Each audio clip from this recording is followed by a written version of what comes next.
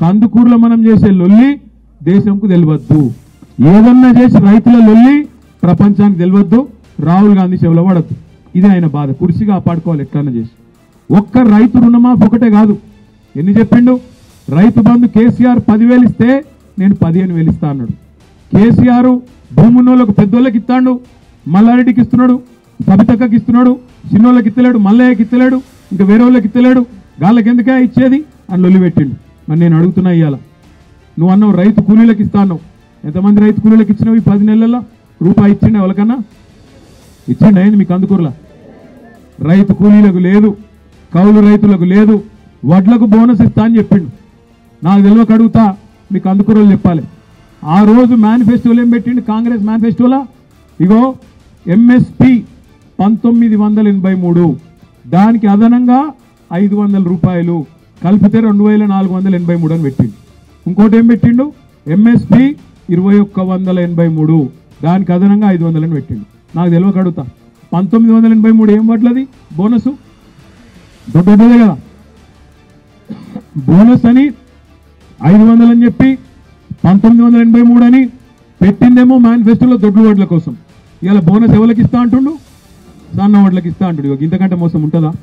అటు రైతులను బోనస్ పేరు మీద బోగస్ మాటలు చెప్పి మోసం చేసిండు.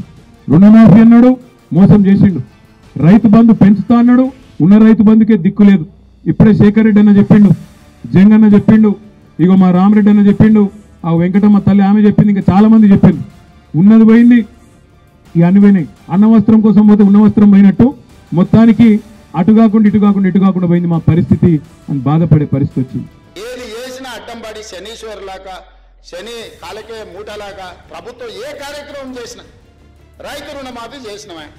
25 రోజుల్లో 18,000 కోట్ల రూపాయలు 22,22,663 మంది రైతులకు 2 లక్షల అప్పున్న ప్రతి రైతుకు మాఫీ చేసిన నేను.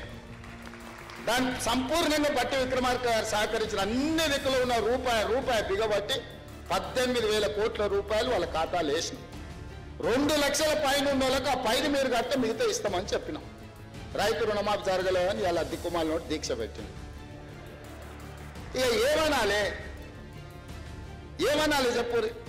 10 ఏళ్ళల్లో మీరు 1,00,000 రూపాయలు రుణమాఫీ చేస్తామని ఎప్పుడు చేయలే. 2018 నుంచి 2023 వరకు వాళ్ళు 5 ఏళ్లలో చేసిన రుణమాఫీ 11,000 కోట్లు. 25 రోజుల్లో మేము చేసిన రుణమాఫీ 18,000 కోట్లు. చర్చిద్దామా చెప్పండి, అన్ని వివరాలు ఇస్తా. ఇవాళ ఎవరికి రుణమాఫీ జరగలేదంటే 2 లక్షల పైన ఉన్న రైతులకు రుణమాఫీ జరగలేదు. ఆ పైన ఉన్న బ్యాంకుల కట్టుది, మిగతాది మేము ఇస్తాం. నేను 2 లక్షలు ఇచ్చినా నీకు రుణమాఫీ జరగదని చెప్పి నీ అప్పు అట్లనే ఉంటుంది. ఎక్కడైనా ఎవరికైనా ఏదైనా ఇబ్బంది వస్తే కూడా పరిష్కరించడానికి కలెక్టరేట్ కార్యాలయంలో ఒక కౌంటర్ పెట్టిన. మీకు ఏదైనా సమస్య ఉంటే అక్కడికి వచ్చి ఆ సమస్యను పరిష్కరించుకోండి అని రైతులకు. నేను రైతులకు విజ్ఞప్తి చేస్తున్నా, రోడ్ ఎక్కకండి, కలెక్టర్ ఆఫీస్ పోండి. మీకు ఏదైనా సమస్య ఉంటే ఈ వీళ్ళని సన్నాసులను నమ్ముకున్నారంటే మీరు మన్ను పోసి అంబలి కాసుకునే పరిస్థితి అవుతుంది. కలెక్టర్ ఆఫీస్ పోయి కలెక్టర్ ఎదురు కూర్చొని, సార్ నాకు ఎందుకో నాదేమన్నా అక్షరం తప్పు వాటదా, లేకపోతే నాకు 1,00,000 ఎందుకు రాలేదంటే కలెక్టర్ని అడగండి. 2 లక్షల పైన ఉంటే 5 కట్టి తీసుకురండి, ఇస్తా. 2 లక్షల లోపల ఉండే ఎవరికైనా ఏదైనా కారణం చేత అప్పు మాఫీ జరగకపోతే కలెక్టర్ ఆఫీస్లో అధికారులు ఉన్నారు మీ సమస్యను పరిష్కరించడానికి. కాబట్టి దయచేసి ఇక్కడున్న కాక అభిమానులందరికీ కాంగ్రెస్ పార్టీ కాక కుటుంబం, ఈ పార్టీకి కష్టం వస్తే మీకు అందరికి కష్టం వచ్చినట్టే, మనందరికి కష్టం వచ్చినట్టే. కష్టపడి తెచ్చుకున్న ఈ ప్రభుత్వం, ఇందిరమ్మ రాజ్యం ఈ రోజు మన మీద దుమ్మెత్తిపోయాలని అధికారం కోల్పోయిన వాళ్ళు విచక్షణ రహితంగా ఎట్లా బట్టి అట్లా మాట్లాడి సోషల్ మీడియాతోనే అధికారంలోకి వస్తాం అనుకుంటారు. సోషల్ మీడియాతోనే అధికారంకు రారు కానీ చెర్లపల్లికి అయితే పోతారు.